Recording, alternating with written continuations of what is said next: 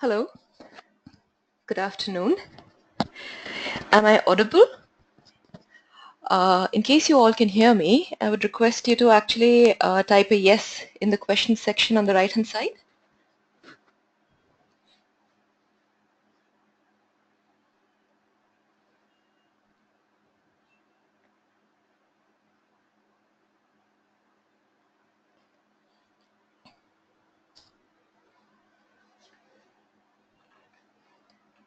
Okay, perfect. In case anyone has any issues during the broadcast, I would request you to first check your internet connection, and if it still doesn't get solved, you can just restart the entire, you can restart and reconnect to the session.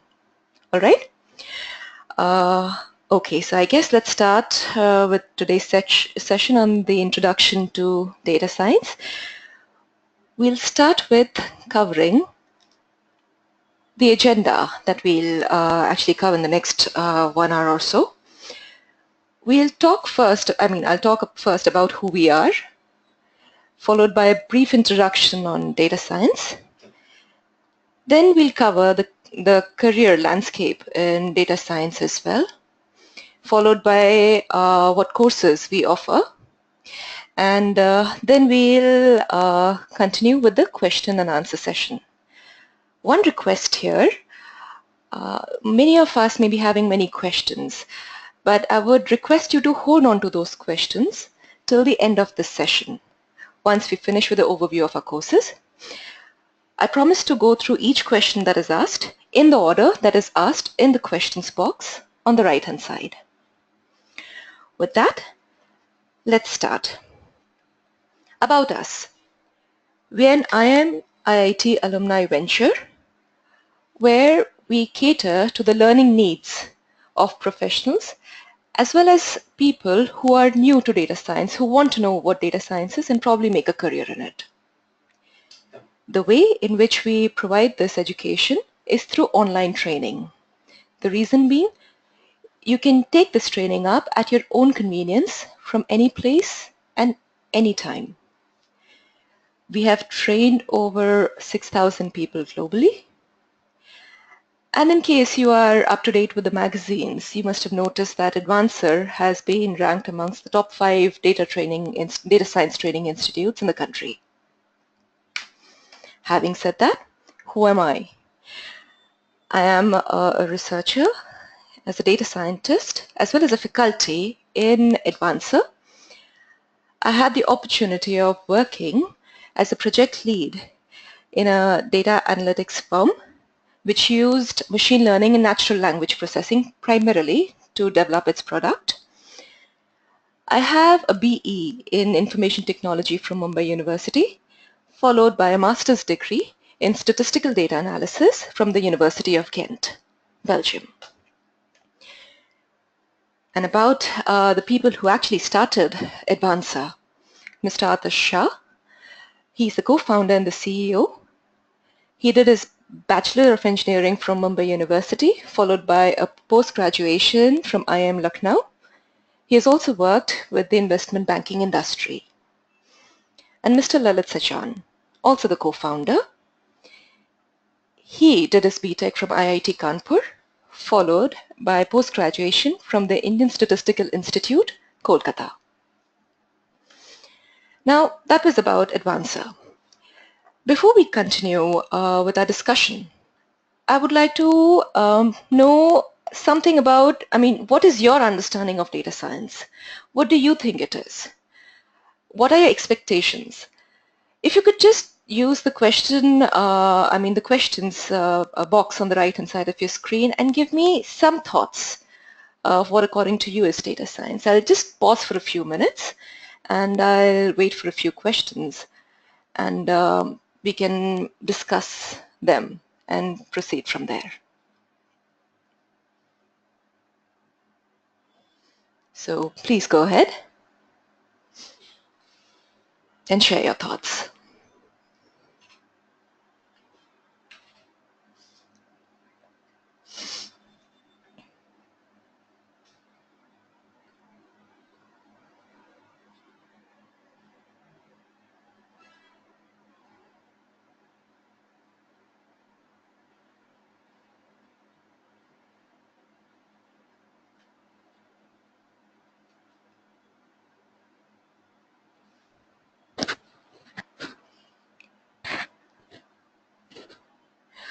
I'm sorry, Gopala, my audio doesn't seem to be clear. Is anyone else facing this problem as well?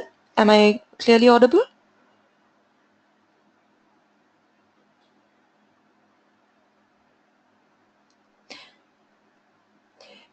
It doesn't seem that other people have this problem, Gopala. Would request you to actually check your internet connection.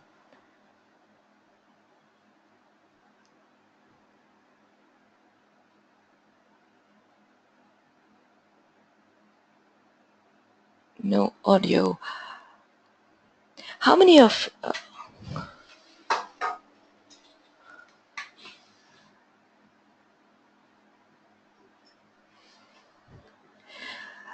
Deepak, the question that you have just mentioned, I'll come back to that. Let me go through the presentation and I will answer this question.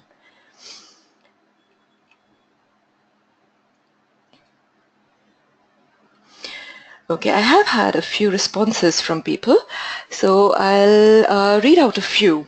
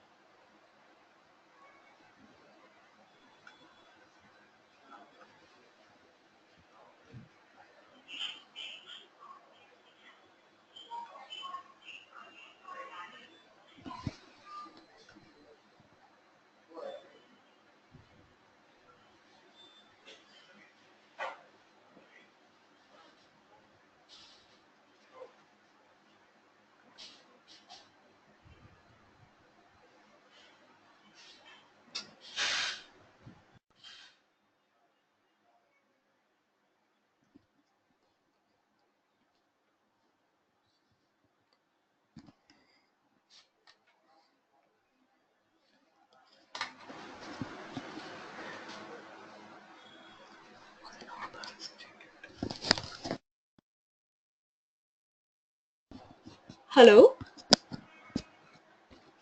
Am I audible now?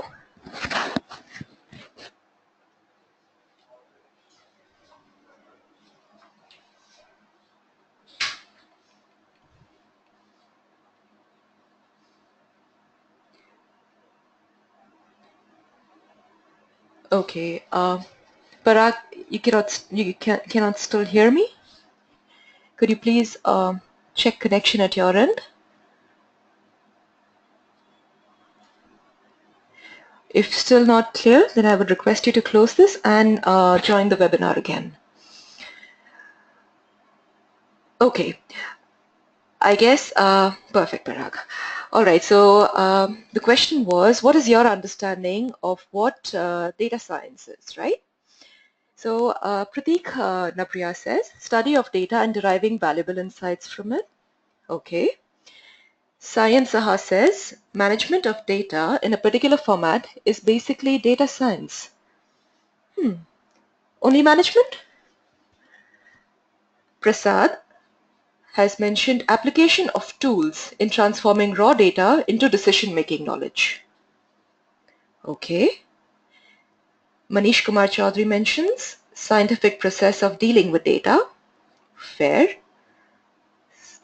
Okay. Prosenjit says data-driven technology to analyze and interpret data in a logical way to generate business benefits. Fair. And Varsha mentions it's about statistics, artificial intelligence, algorithms. Yes, this is what is used to do data science.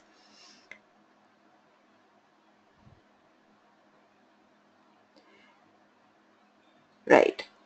And Santosh mentions making sense of the available vast data. Okay. So quite a few of us have a reasonable idea of what data science is. It may not be complete, but that's what we are here for, right? To get a clearer understanding of this. Now let's proceed and understand what data science actually is.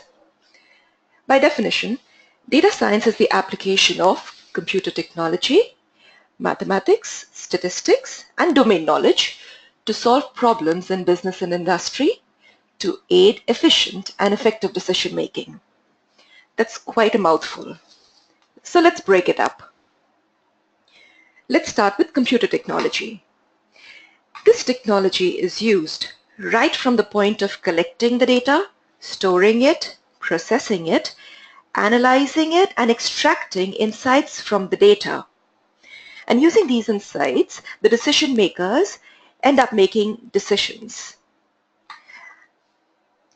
Here, we are using technology end to end. Why are we talking about technology here? Decisions were being made earlier also, right?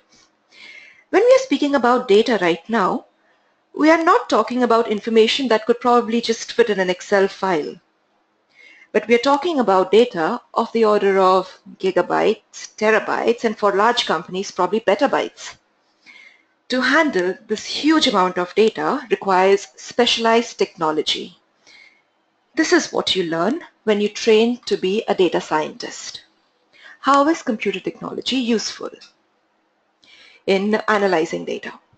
Next, how is statistics and maths useful here? It provides us the models and algorithms that are used to analyze this data.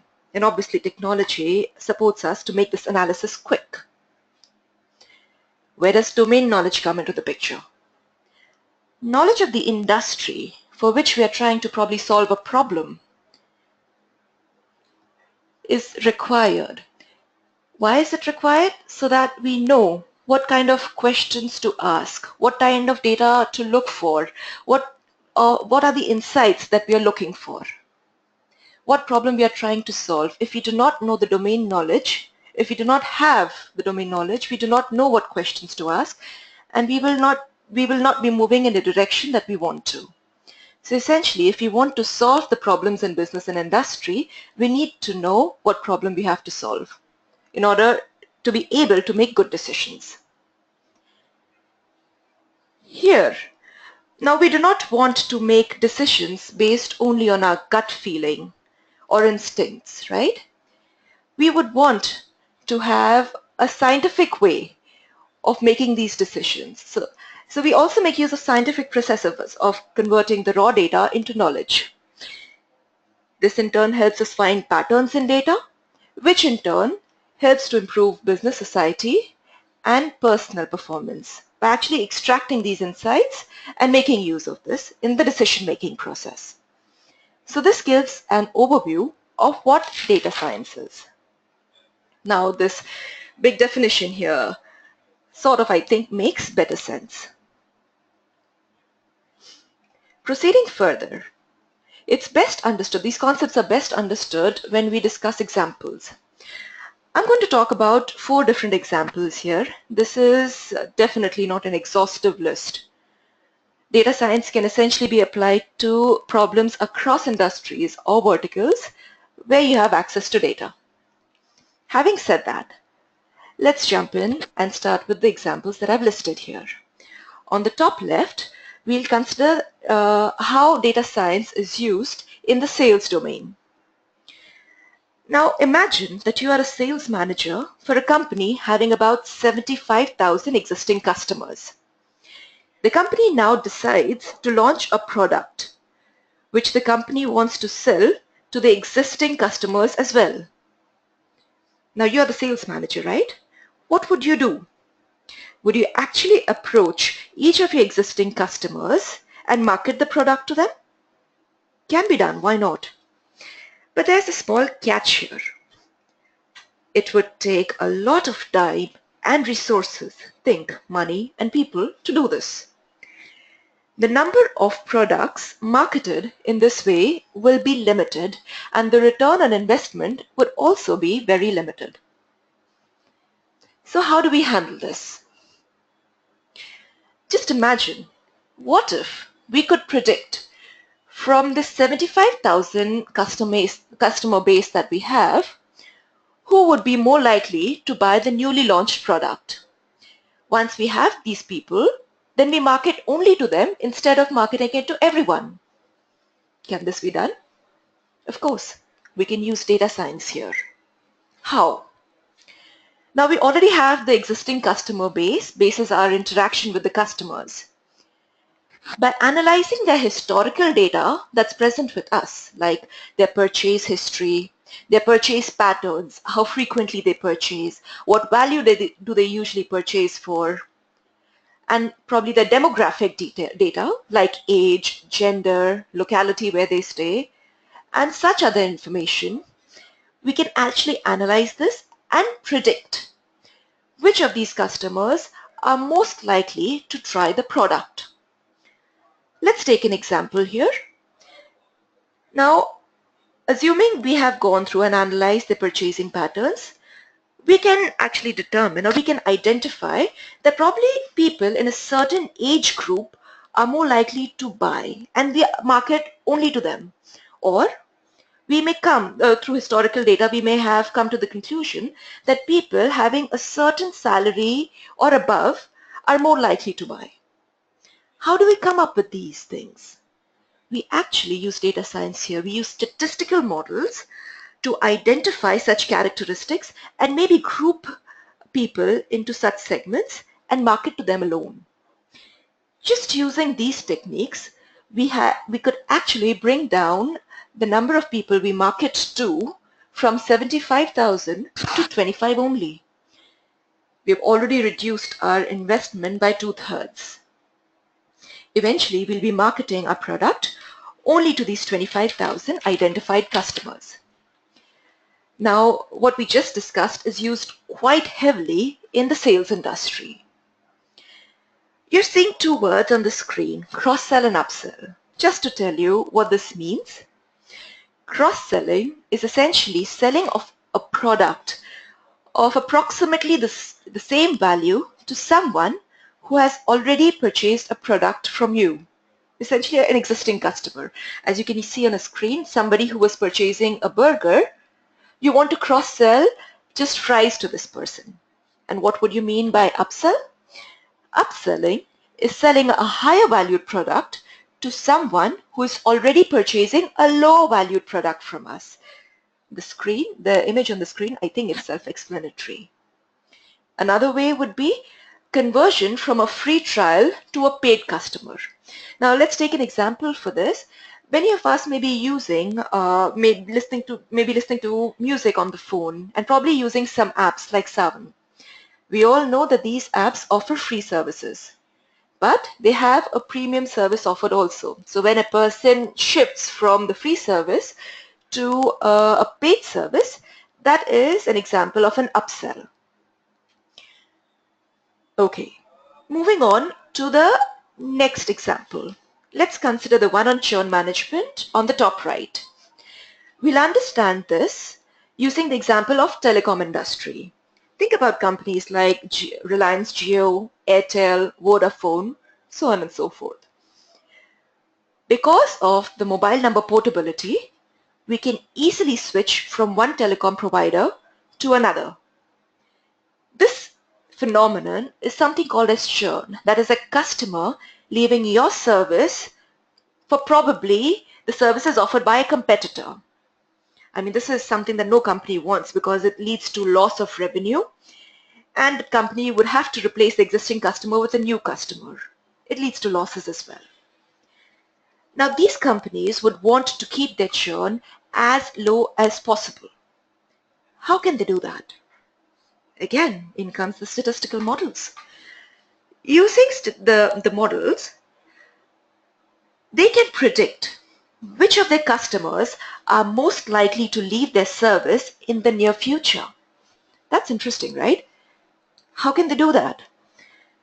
The large telecom companies have a huge customer base. I mean, just imagine, millions of customers are actually subscribed to these services.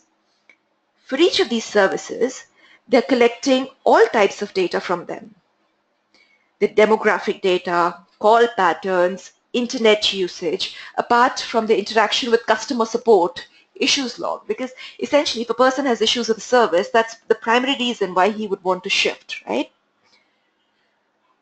This data must be around several terabytes.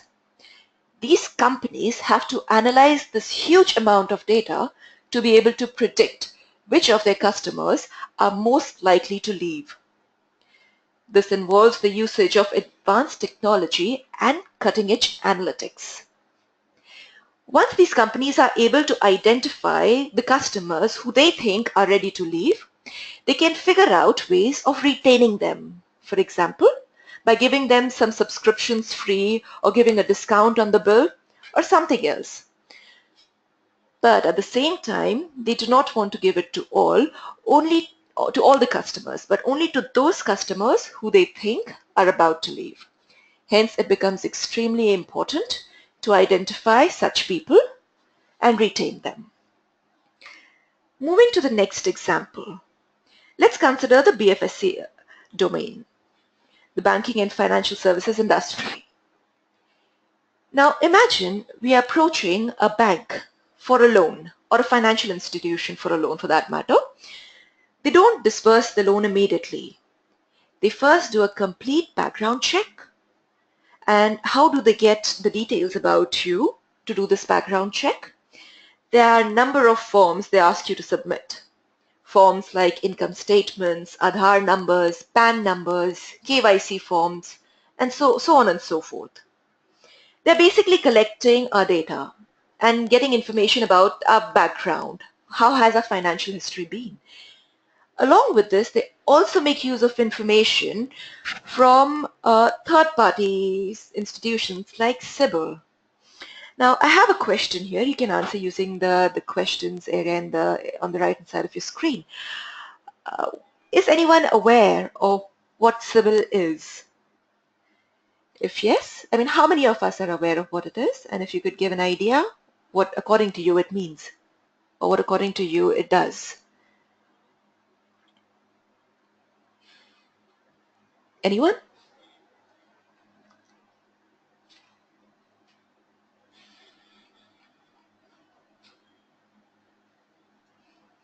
Basically, how much Sharad mentions basically how much credit score we have. Santosh mentions individual credit rating, how creditworthy an individual is.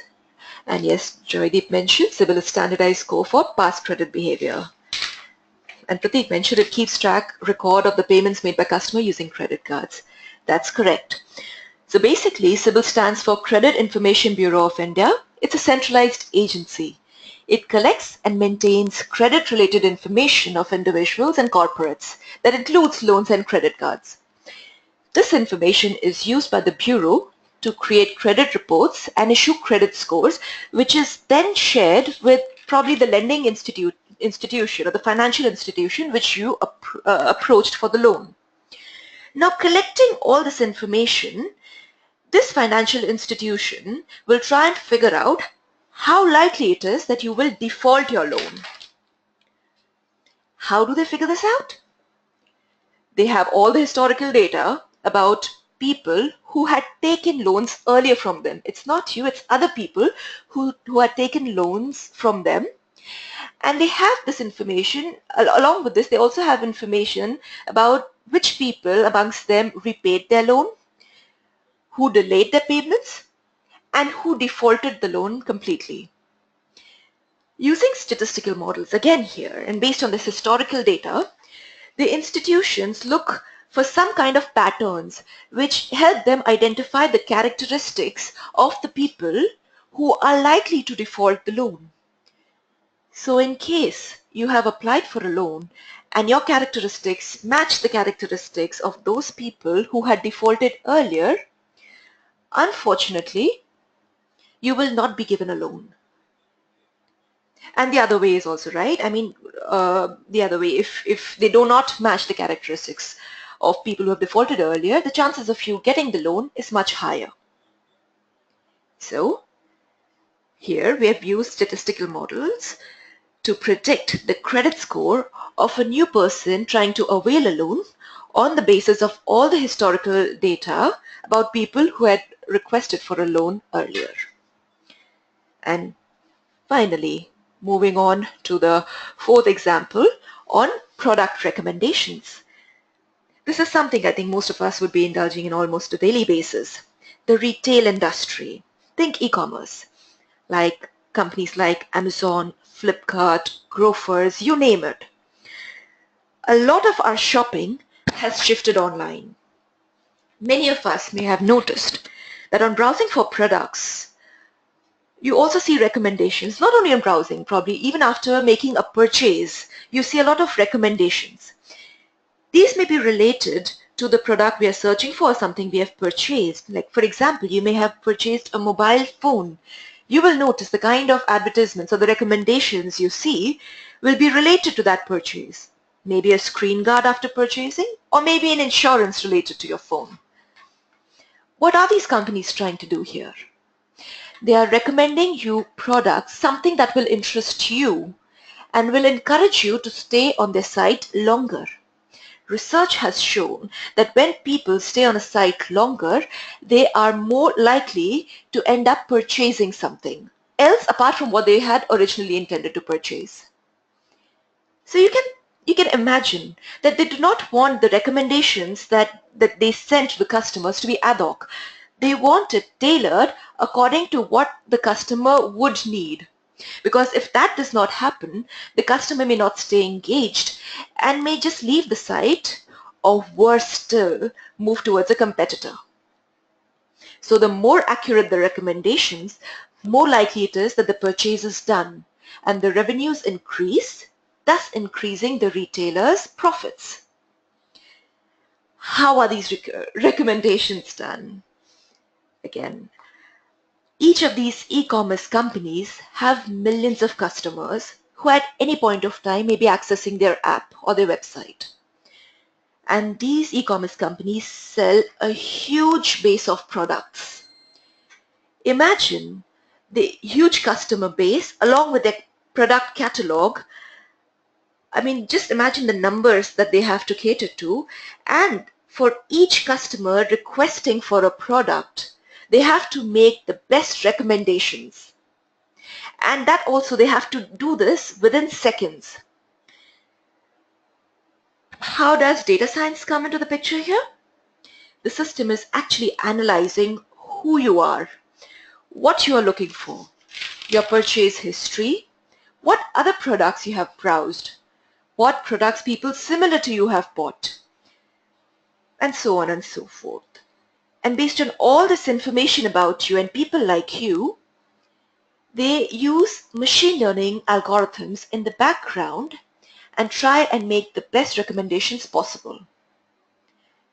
I mean, you can imagine there is no person sitting in the background making these recommendations. No person can do this at the scale I just mentioned. So this is an example of machine learning. Here the machine is learning from what you are doing on the site and improving its own recommendations. There is no human intervention except when the engine was actually designed by a human. So these are the 4 examples I wanted to speak about, but rest assured this is not an exhaustive list. It goes much beyond this.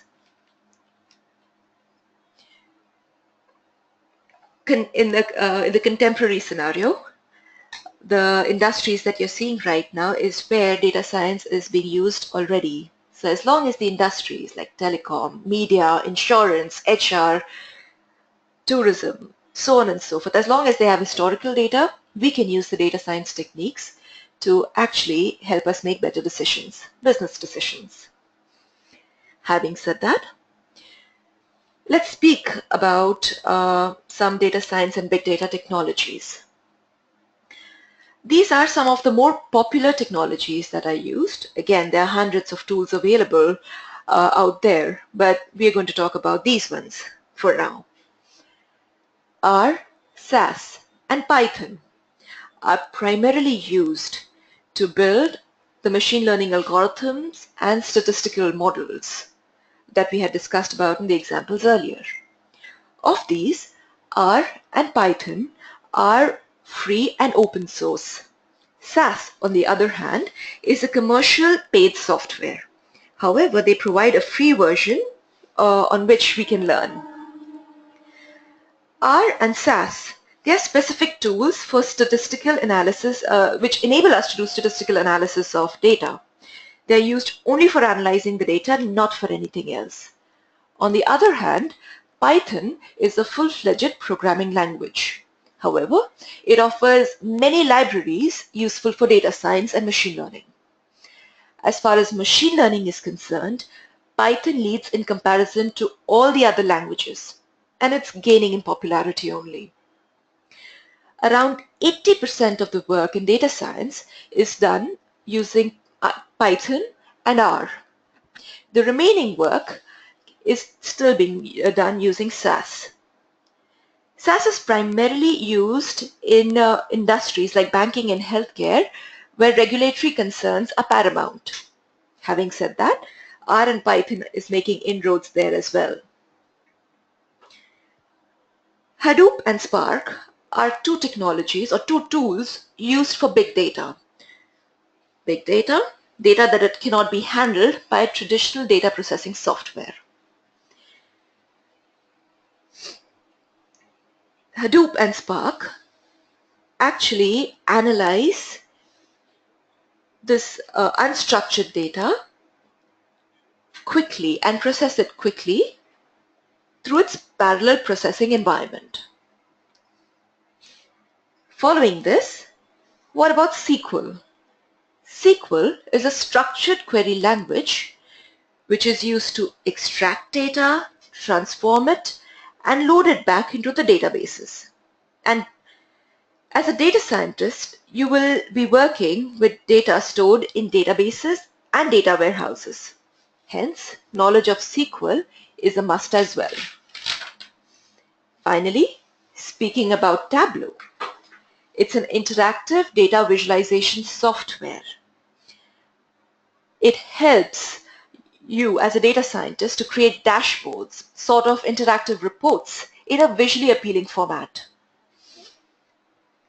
Again, as a data scientist, it's important that you know how to create a story around the data to give it life so that it becomes easy for everyone to understand. That's where data visualization tools like Tableau come into the picture. So this was about the different tools and technologies. Now, moving on, let's have a little bit of discussion over the careers. First, we need to understand what is the market buzz on data science. It is said that the big data analytics market is to grow to about $203 billion by 2020. McKinsey states that there would be a shortage of about a million and a half business analytics professionals. IBM says that the annual demand of data scientists will reach nearly 700,000 openings by 2020. Analytics India magazine says that about 90,000 positions related to data analytics have been advertised and are being advertised in the current financial year. Obviously, data scientists will be earning much more. They are and will be earning much more than CAs and IT professionals. And Glassdoor, as we all know, has actually mentioned that data scientist job is the best job in the US and probably around the world. Edvancer did a study with the Analytics India magazine, and you can see on the screen a trend of the new analytics jobs that have been advertised month on month. It's an increasing trend, a steadily increasing trend, which, as we see, will continue increasing in the foreseeable future. Having said that, what kind of salaries do data scientists, what kind of salaries can data scientists expect within this country? For people who have just started and have up to 2 years of experience, you can expect anywhere around 6 to 8 lakhs a year. For people having 2 to 7 years experience, can expect between 15 to 25 lakhs a year. And people who are well versed with statistical and machine learning techniques can expect anywhere above 25 lakhs. Moving further, this slide shows the distribution of jobs based on different criteria. On the top left, we can see that about 60% of the jobs in data analytics are generated from Bangalore, Delhi, and Mumbai itself. in the bottom left here, you can see that the distribution of jobs according to experience, as in about 37% of the jobs have been advertised for people having experience up to 2 years. About 40% of the jobs have been advertised for people having between 2 to 7 years experience. About 20% of the jobs have been advertised for people having more than 7 years of experience. Essentially, what we are trying to say that jobs are available across the experience spectrum. The numbers and the percentages may differ, but they exist. And finally, referring to the final graph on the bottom right, 40% of the jobs have been advertised by captive centers, so places like Walmart or Fidelity, who have their back offices here. 42% of the jobs have been advertised by IT companies, international as well as domestic, like Accenture, IBM, Infosys, Wipro, so on and so forth.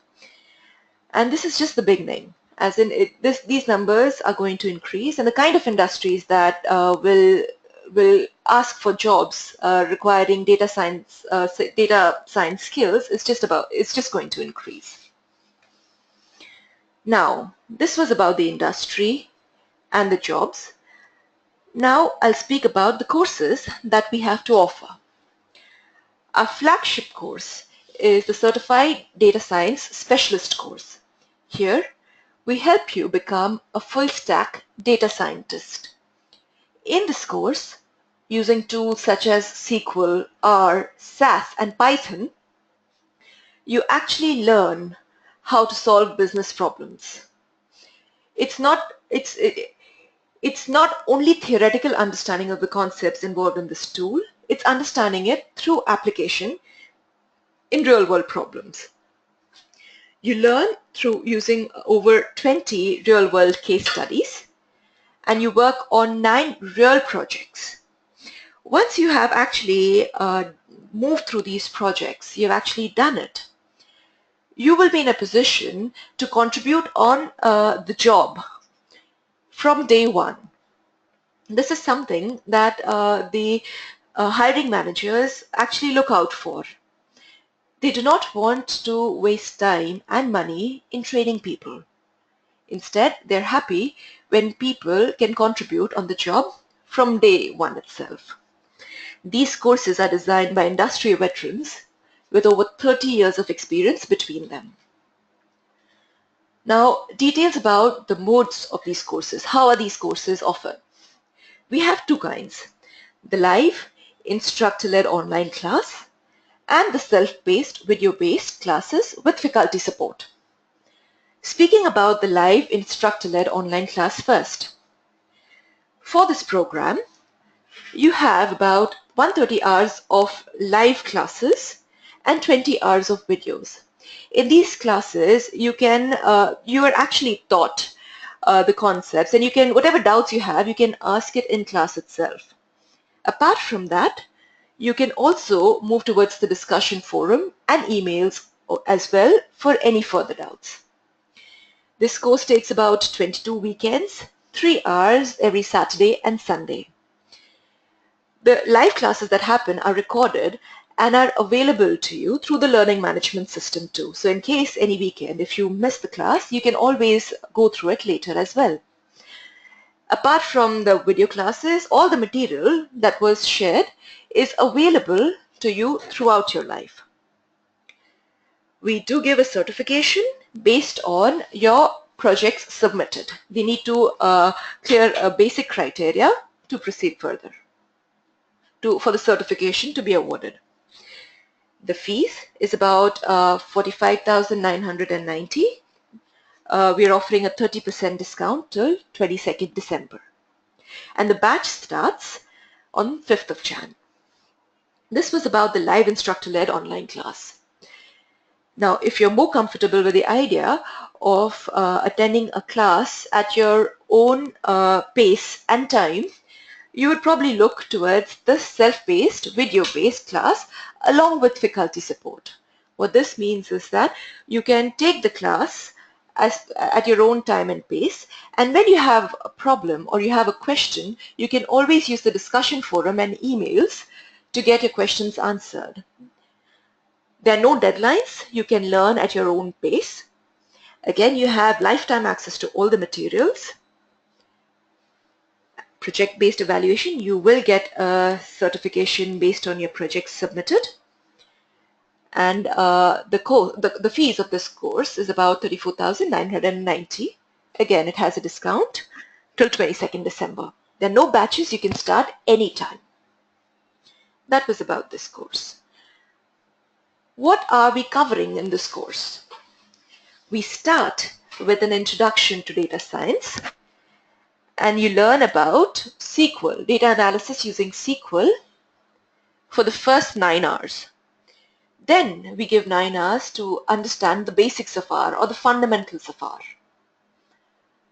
After getting comfortable with that, we move towards actually playing with the data, understanding the data, pre-processing the data, making it worthy of the format of actually feeding it to models. And after that, about 34 odd hours we spend in understanding predictive analytics, different techniques in predictive analytics through solving actual business problems. Then we proceed to learn SAS and solve similar problems that we solved earlier using R in SAS as well. And after that, we spend 50 odd hours learning how machine learns using Python. So these are the program details that we will cover. Now, this is the other specialist course that we offer, the Certified Data Analytics Specialist course. It is another comprehensive course in data analytics. Here, we are using tools like SQL, R, SAS, and Tableau to solve business problems. You may have noticed that instead of machine learning using Python, we concentrate here on data visualization using Tableau. Essentially being able to explain the data to the stakeholders. Here we have around 15 real-world case studies and 9 real projects. Again, you'll be able to contribute to the job from day one. Most of the details or the mode of delivering the course is the same as before. I'll just mention the few differences from the previous course. These are 100 hours of videos from which we learn, and it's a 12-weekend schedule, 3 hours every Saturday and Sunday.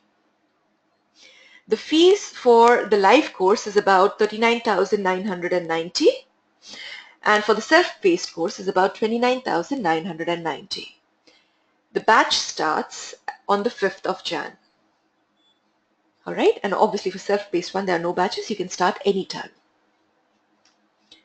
Program details, most of it overlaps, except that there are 2 additions here, text mining in R and data visualization in Tableau instead of machine learning with Python.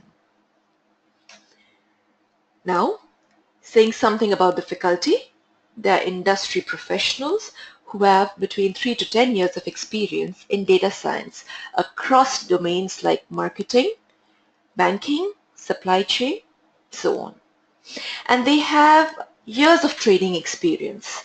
It's not that they just know the content. They also know how to impart or how to explain in a way that people who are new to this field also find it easier to grasp.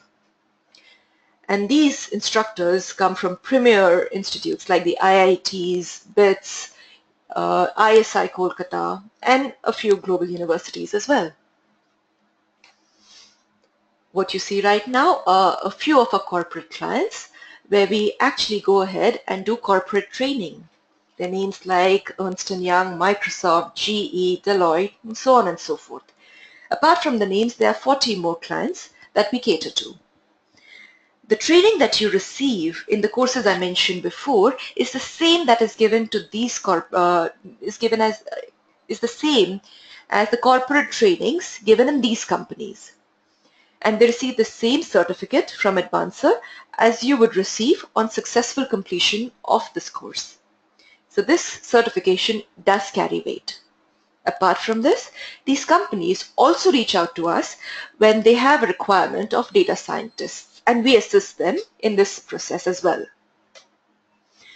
So that's about it from the webinar, and thank you for being really patient with me.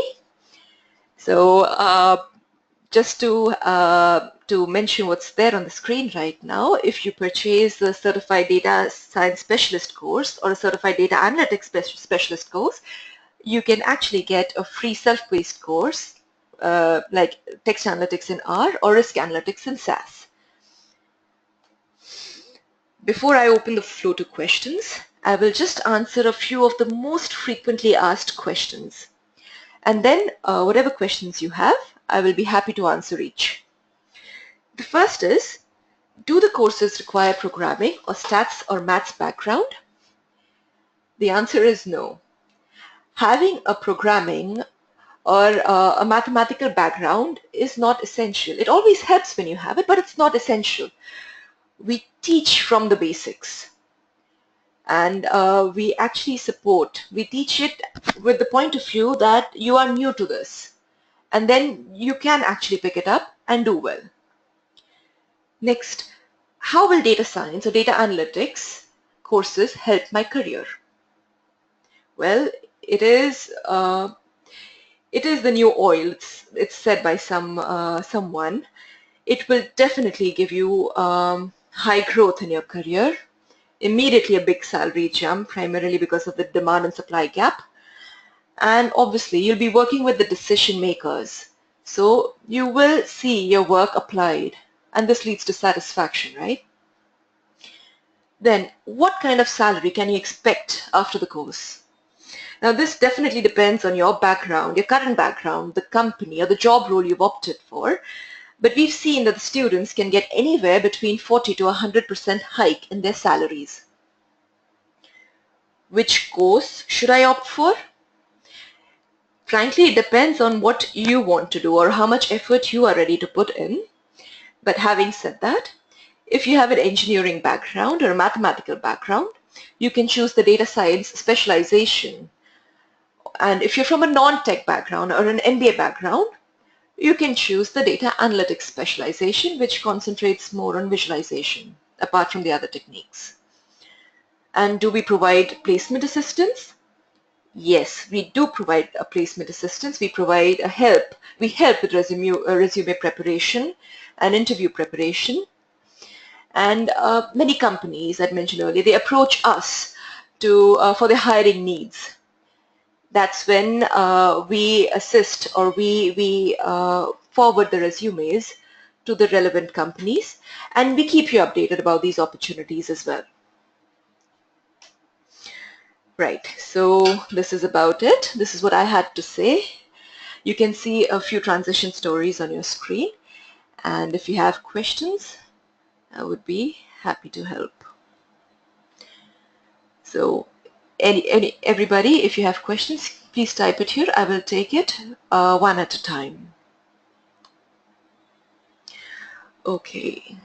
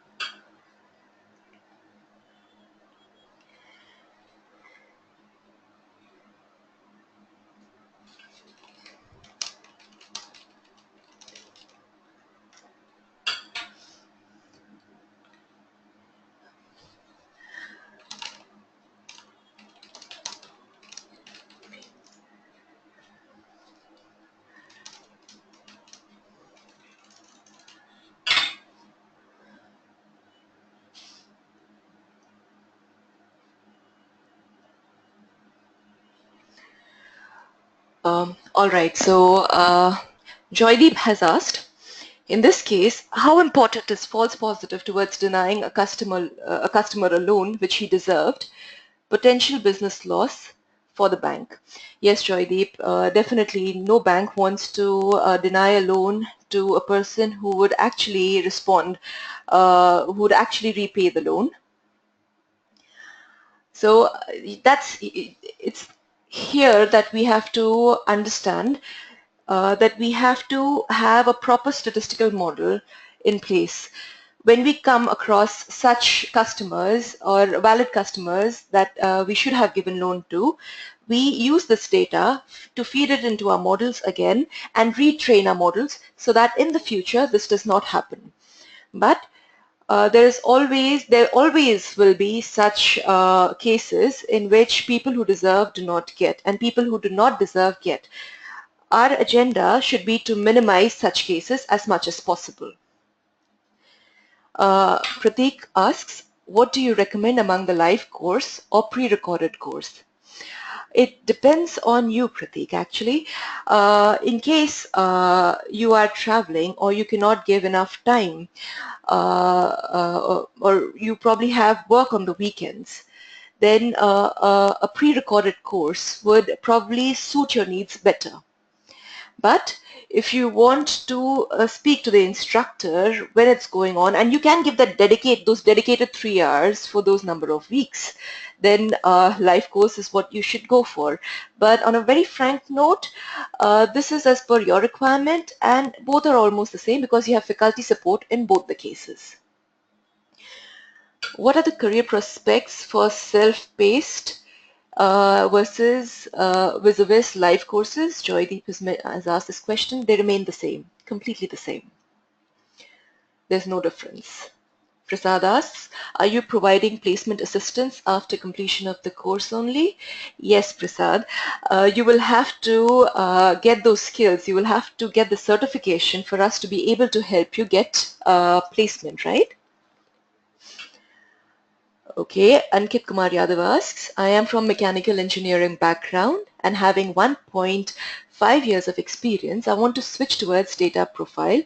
Will I face difficulty to switch in data science?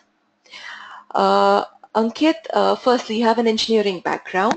If data science is what you want to do, then there's nothing stopping you from switching into data science. In fact, having a mechanical engineering background, you do have some domain expertise as well. You can use that also, but with only 1.5 years of experience, you can also choose to change your domain. The choice is up to you, but definitely you can get into data science and there's nothing stopping you. Varsha asks, how if I have to relocate out of India just after completing the course? Is it possible? Why not, Varsha? After completing the course, you have those skills, right? You basically have to make an online profile, an online presence of yourself. You have to demo what you know. You have to be able to prove what you know. And when you apply, whether in India or outside, it shouldn't be a problem. Pratik asks, is the certification by Edvancer Edventures well recognized in the industries? Yes, Pratik, definitely. As I mentioned earlier, these are the same certificates which we offer to the people who do who undergo corporate training as well in the different companies that I had shown earlier. So yes, this certification is well recognized. Santosh asks, I am a BE graduate in 2012, but with no experience, I was preparing for civil service. I wanted to shift back to IT. Can this course help me to fill the gap and seek job as a fresher? Santosh, firstly, there is no gap to fill here. You're learning a new skill and you will be entering into the field of data scientist. You can definitely go ahead and do this.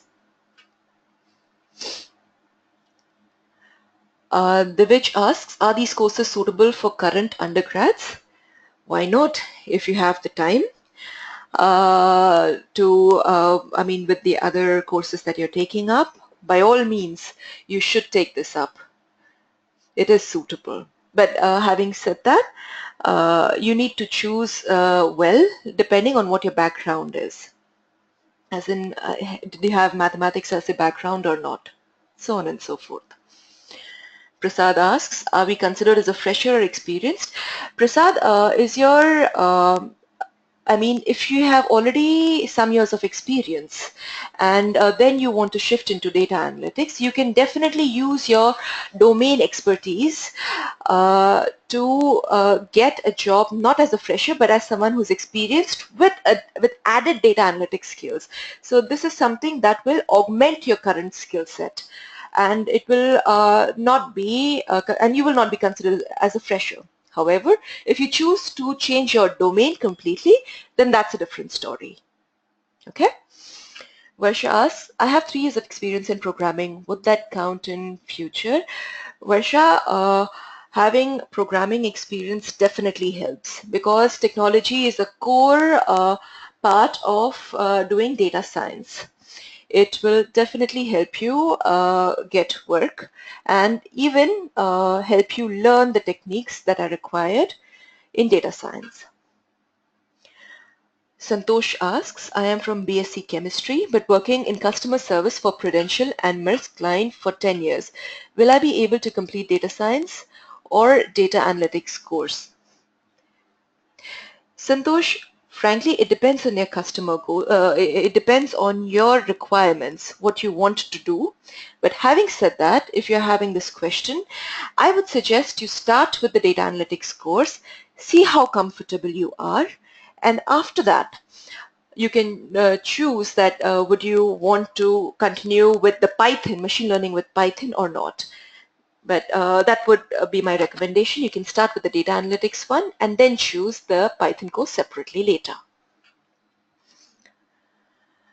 Okay, Sharad asks, for a non-technical professional, is if someone wants to pursue data analytics instead of data visualization, yes, in fact, I would encourage that. Data visualization isn't, I would say, or it's my personal opinion, that just to show data as a visualization will not be complete. It would be nice to know how did you reach to those decision points that you're showing as a data visualization.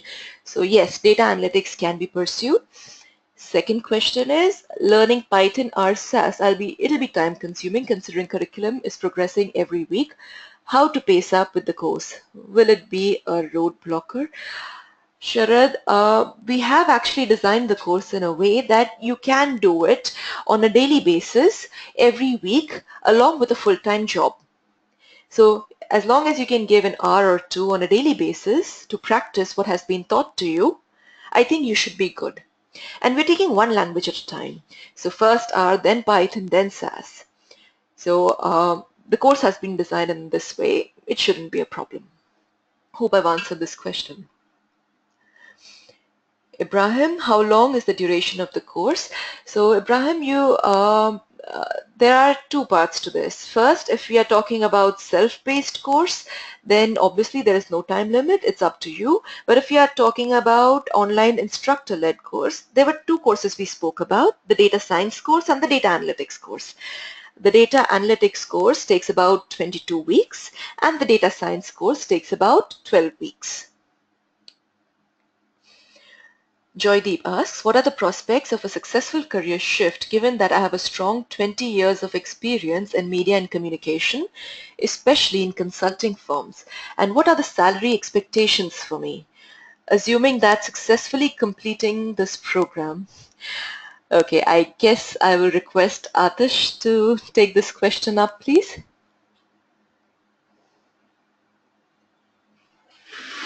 Hi Jaydeep, this is Akash here from Edvancer. So I noticed that you have more than 20 years of experience in media and communication, especially in consulting firms. So that's good. Now, as far as your future career path in data analytics is concerned, you have a lot of domain knowledge in media, and media is also very, I would say, an industry which requires a lot of data analytics work, especially when it comes to advertising, when it comes to marketing. There is a lot of data analytics involved in figuring out where to advertise, whom to advertise to, how to advertise, when to advertise, for instance, right? So you have a lot of domain knowledge which can come into use here. With regards to salary expectations, well, no one can tell you your exact salary going forward, but what we can say is that our students receive anything between a 40 to 100% pay hike, depending on the company, their background, etc. So that is the kind of range you might want to expect. But having said that, yes, you have a lot of years of experience, so probably keep your expectation towards the lower end of the spectrum. I hope that has answered your question, Jaydeep.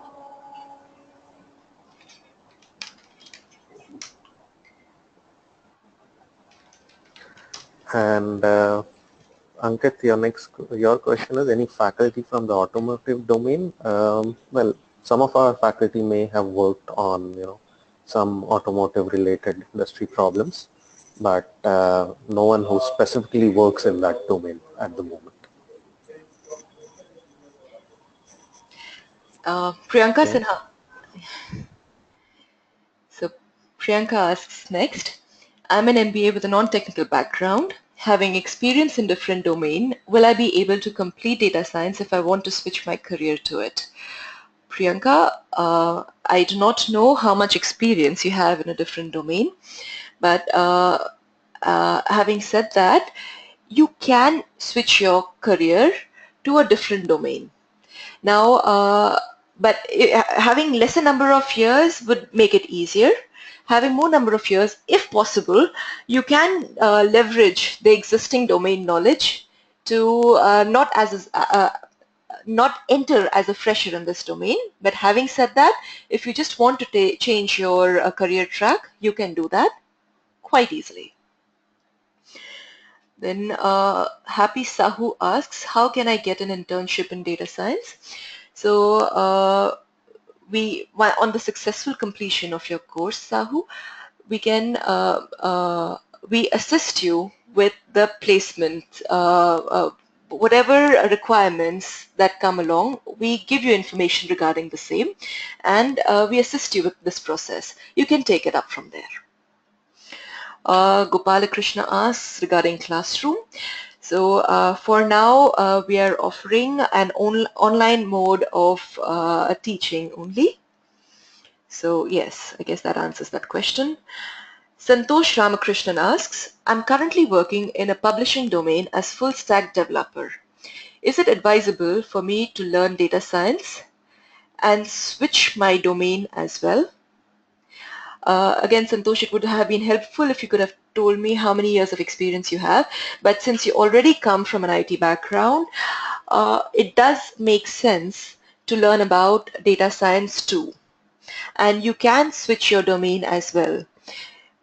Being from an IT background is always a plus. It makes it easier to get to terms with the technology. Gurnam Singh asks, does SaaS have required vacancy in market? If yes, is it very limited? How different it is from other tools? Having only knowledge about SaaS, is it enough to grab a job? So Gurnam Singh, wherever there are regulatory concerns, right, like banking and healthcare, SaaS is going to be used. I do agree that it is in some specific domains primarily because companies are moving towards open source tools, but it's not that SaaS has vanished. How is it different from other tools? It's a proprietary software. Only we don't know what goes on behind the scenes. Like R and Python are open source. It's open to everyone. Uh, in terms, as far as SaaS goes, it has the functionality which has been designed by the company only. There would be some features which may not be present in SaaS, which are present in others. But having said that, SaaS is, would you say, when people are worried about security of their data, at least earlier that used to be the case, then SaaS was the default choice. It has very stringent security measures in place. And the next question is, having only knowledge about SaaS is enough to grab a job? I think, Gurnam, you will have to know at least R or Python along with SaaS to think of getting a job if you're planning to change one or if you're planning to enter the data science market. The more tools you know, the better it is. Joydeep mentions, will 20 years experience come as advantage or disadvantage? Joydeep, as long as you use your domain expertise as a leverage and you want to use the analytics skill in that domain, it will definitely come as an advantage. Experience never goes waste. Santosh Harmat asks, how long will it take to get placed after completing the course? I guess I request Atish to answer this question again. Um, so Santosh, with regards to placements post the course, it really depends on, what kind of companies are there, what kind of opportunities are there, and how good you are. So we have had a lot of students who have been placed while the course is going on. And to be very honest, there are a lot of students who have got jobs even a year after the course has ended, right? So I really won't be able to provide you an exact timeline, but what I can say is on an average, it will take about 3 to 5 months. Gopalakrishna asks, software developer or data scientist, which is better for a mechanical engineering background?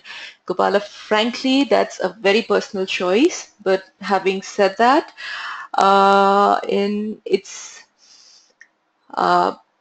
for me, I would suggest right now, why not start with the tools that you need to become a data scientist? And you can always augment your development, software development skills alongside. But having said that, it's your choice. It's completely your choice. Either ways, whether you're from a mechanical engineering background or any other background, it shouldn't make a difference whether you want to choose to become a software developer or a data scientist. Ibrahim Adam asks, do you have placements in the US? Okay, it depends, Ibrahim. If the company approaches us for placements there, we will assist you there. But having said that, we do help you prepare your resume and provide you interview practice. So in case you do wish to proceed and apply in the US, you can definitely go ahead and do that. Santosh Ramakrishnan asks, publishing domain. So I'm assuming, Santosh, your question is that if you're from a publishing domain, can you get into data science? You can get into the data science profile. So Santosh, just remember, the industries that I mentioned before are just examples. Any industry that any industry that generates data is where you can implement your data science skills, right? So it's completely up to how much can you think. As long as you have data, you can just use it anywhere and everywhere. These are just set of tools that you learn. How you apply them is up to you. So definitely, publishing domain, why not? Uh, Gopalakrishna, I have experience in 3 years in site field. Now I resigned due to no growth there. Can I switch to data science? Gopala, definitely. And I assume you would want to enter in a different domain or the same domain. That is something you choose, but you can definitely get into data science. You just pick up the skills and move. Santosh asks, with 3 years of technical and 7 years of non-tech experience, uh, this I think is in context of publishing domain, right? So, Santosh, yes, if you already have technical experience, you know what it takes to get technically sound in implementing certain things. And having 7 years of non-technical experience, you can still get into data science uh, as a consultant. Now, you already have quite a bit of experience in the domain. You can use your data analytics skill, probably not implementing it yourself, but helping others or people reporting to you implement those skills and you overseeing them. Or that's one way. Or the other thing is that you can act or you can become a consultant in your industry for the same. Most welcome, Joydeep. Just a moment. I'm so sorry. I lost a moment, please. Right.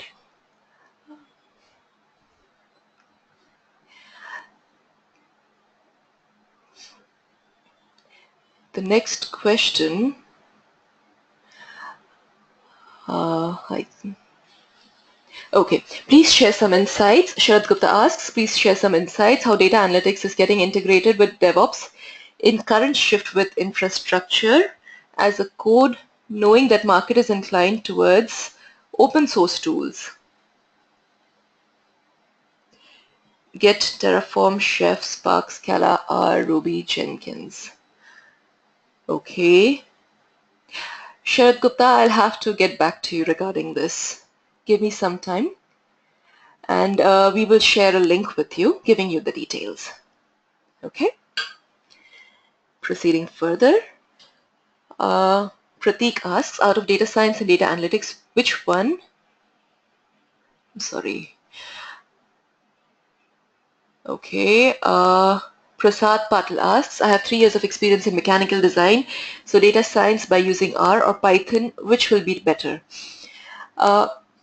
Prasad, assuming that you're from an engineering background, I would recommend data science since it's a little more exhaustive and using Python, machine learning with Python, it's a little more technically involved and having a technical background, you will find it pretty okay to go ahead with that.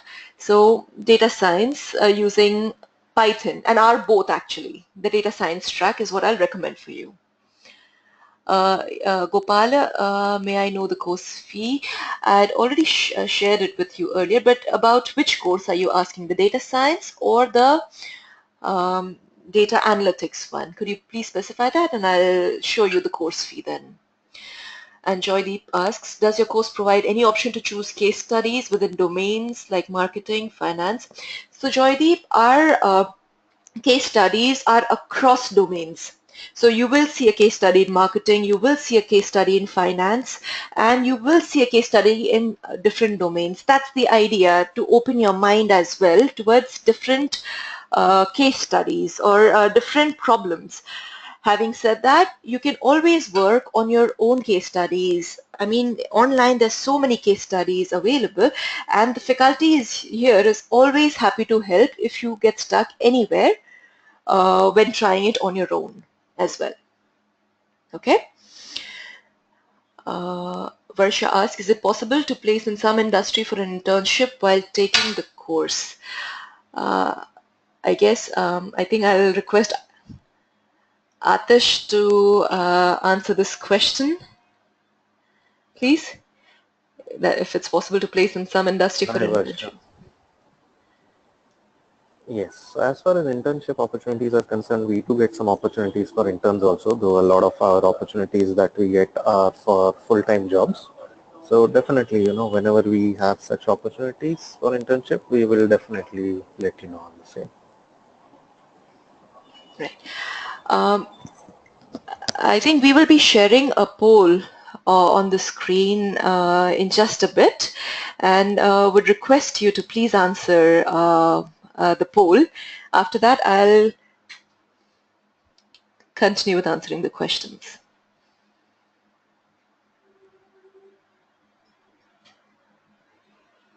Okay, so the next question is, Pratik asks, out of data science and data analytics, which one do you recommend considering the future job scenario? So Pratik, the more number of tools you know, the better it is. But having said that, you have to be realistic of your expectations from yourself. What are your goals? If your goal is to become a proper data scientist, having end-to-end knowledge, then definitely it's data science. But if you are moving, if you're from a non-technical background, you have more comfort with telling stories, you have more comfort around the data, then having understanding of how analytics works and being able to explain to people what the analysis is, then data analytics would be something you start with. So I would start, I mean, in case it's an engineering background, I would start with data science and I would build up on whatever I have learned, on whatever skills I have learned. So in case I'm very comfortable with the technical details, I would then build it up with probably another course in data visualization. Or if I've already done data visualization with R and all that, and I'm more inclined, I want to learn more, I want to know about machine learning, then I would take the Python course separately. So again, we have to ask ourselves, what is it that I want to start with? But the more number of tools you know, the better it is. And if you're more technically inclined, you want to put in the effort and learn more, definitely I would recommend you start with data science with Python. Prasenjit Saha asks, are we getting the data science along with SAS, R and Python? That's right, Prasenjit. You have all three. Gurnam Singh asks, how a typical day passes as a data science analyst in a job role? Do we work on multiple projects or only one? Okay, Gurnam. So it depends what kind of industry are you joining. If you're joining a big MNC, it's mostly a single project and you're concentrating on that. And probably just the machine learning part is what you're concentrating on. However, if you've joined a startup, then you have multiple hats to wear. You will be doing, you will multitask, you will work on multiple projects. So there is not a single answer here. It depends where you join. Is it a big MNC you're taking up a job in, or probably you're taking up in a startup? I hope that answers your question. Rohini asks, currently I'm working as an IDAM analyst in HCL Technologies, which is not a totally technical profile. So will it give me scope in the same field? Rohini, definitely. If it's not completely technical profile, but you do have some technical exposure. Having said that, why not explore the data science? It's, again, as I said, these are set of tools that you learn.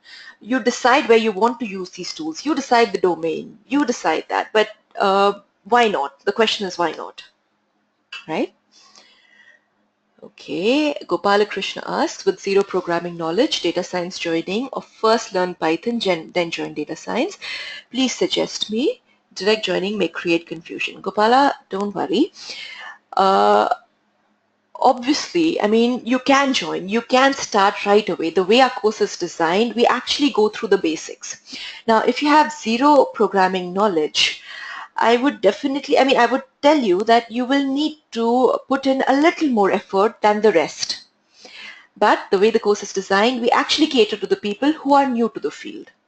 But having said that, you can always start with the data analytics course, and then you can take up, after you're comfortable with the concepts and all in R, SAS and others, you can always come back and take up the Python course separately.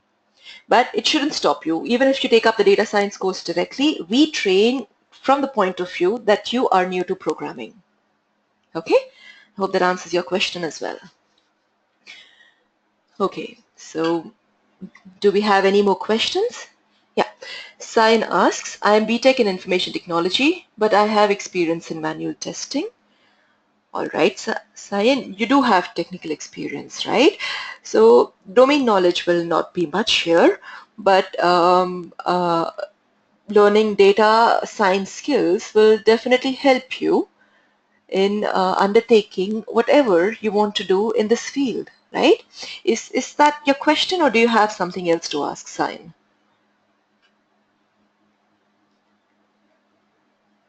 That's not an issue, Sayan. That's what the question is. Do you want to learn? If you do not have technical knowledge as of now, the way we've designed the course is so that even people who are not aware of it can go ahead and proceed with enough effort. If you're ready to do that, there is nothing stopping you. All right, Sayan? Gopala Krishna, I suggest you go with the data analytics course first, Gopala, and then once you're comfortable, you can definitely take the Python course separately, machine learning with Python. Sayan, right, so you have a BTech in information technology, you have a technical background, Sayan. I would suggest you go ahead with the data science course because you will be able to pick up the different skills easily, if I may say so. So having exposure to maximum number of skills increases your options of getting work in a different domain. So yeah, I hope I've answered your question. Okay, so do we have any more questions now? I think we just missed Prosenjit's question, which I'll take up, Anjali. Okay. So Prasenjit, your question is regarding the placement. You want some data like how many students got placed this year, average salary, experience, domain, etc. So just to give you an idea, we have a placement percentage in the region of about 60%. So out of each of our batches, about 60% of the people get a job. Um, about 40% of the people, the rest of the 40%, about 20% are not, very capable eventually of getting a job in data science. And the rest 20% are looking to utilize these skill sets in their existing jobs itself. With regards to average salary, as I mentioned, average salary will really depend on the profiles, on the experience. I don't think that is a statistic which will have too much of meaning to it. But as I mentioned earlier, and as Anjali also mentioned earlier, uh, most of the students get anything between a 40 to 100% pay hike on their existing salaries. And if they are freshers, they start in the region of about 6 to 7 lakhs or so, right? With regards to domain, again, multiple domains, they are working in multiple domains, so there's nothing really, which is specific there.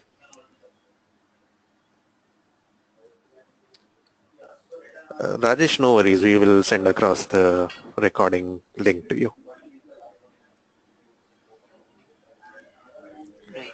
Right, guys, so if there are any further questions, to put them up soon. We are here for another minute or so. If not, thanks for joining, and we look forward to all of you joining our courses soon. Just to remind you, also let me quickly close the poll. Thanks for answering that. Anjali, if you can just show them our contact details. Sure. So you can contact us on this email ID or give us a call, and we'll be happy to help out with any further questions which you may have. All right. So if your questions are all answered, then feel free to close this window and exit the class. So Jaideep, your question is which are the companies hiring in the domain of media and advertising? So one company which very quickly comes to my mind is Nielsen. Nielsen has a whole data science team which does a lot of work in this area. Then there are a lot of companies which are which have a lot of advertising work going on, which are corporates, for instance, Colgate, Unilever. They all require data scientists to handle their advertising also, and then you have all the advertising agencies too, which do good amount of work on that front. Apart from that, there will be a lot of IT and consulting companies which will have on media too.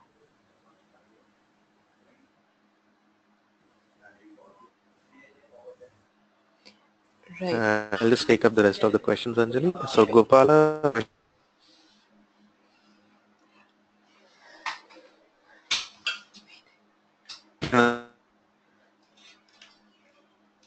if you join data science without programming knowledge, can you get up? So that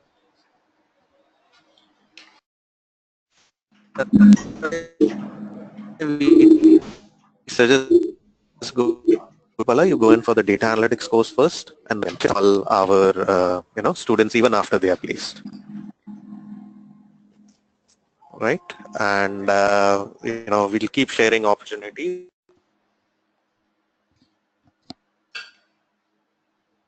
they come across to us. So don't worry about it. Jaideep, your question is, does Netflix hire in India? So at the moment, I'm not sure if they have any data science teams here, but eventually, I think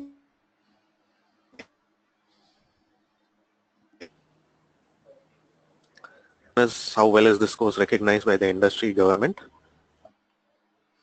So Rajesh, first and foremost, recognition of any as such by the government from private institutes, nothing like that.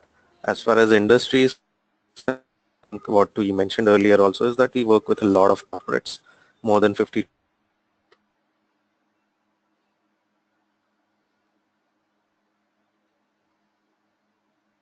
companies, and we work with Fortune 100 and 500 companies too. So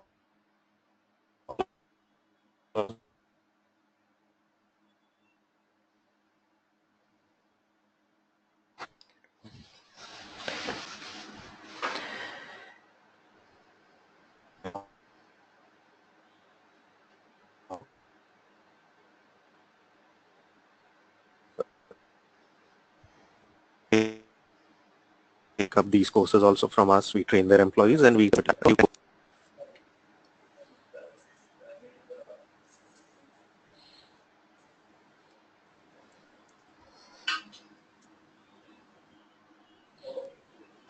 all right, guys.